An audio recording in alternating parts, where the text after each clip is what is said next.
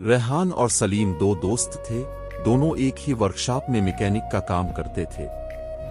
उनकी दोस्ती कई साल पुरानी थी, लेकिन काम के मामले में दोनों का मिजाज मुख्तलिफ था। रेहान मेहनती, वक्त का पाबंद और साफ गो इंसान था। सलीम कदरे सुस्त, मौका परस्त और अक्सर दूसरों का क्रेडिट लेने की कोशिश करता था।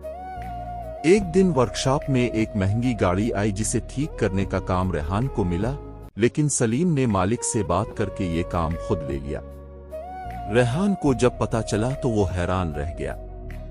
उसने सलीम से नरमी से पूछा, यार सलीम, ये काम तो मुझे मिला था, तुमने ऐसे क्यों किया? सलीम ने हंसते हुए जवाब दिया, काम तो काम है, जिसके हाथ आए वही करे। तुम वैसे भी मसरूफ थे। रेहान को ये बात बहुत बुरी लगी।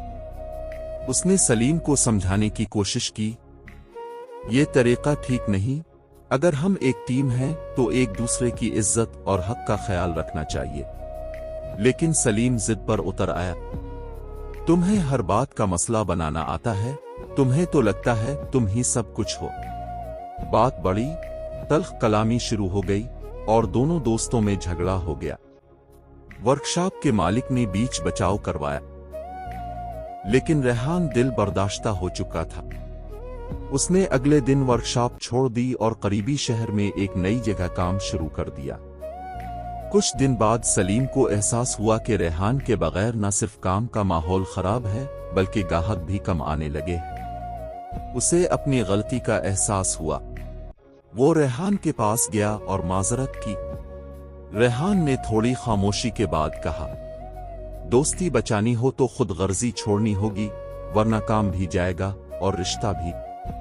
सलीम ने वादा किया कि आइंदा ईमानदारी से काम करेगा। इसके बाद दोनों ने दोबारा एक साथ काम शुरू किया, लेकिन अब उनकी दोस्ती और मजबूत हो चुकी थी, सच्चाई और एतमाद के साथ।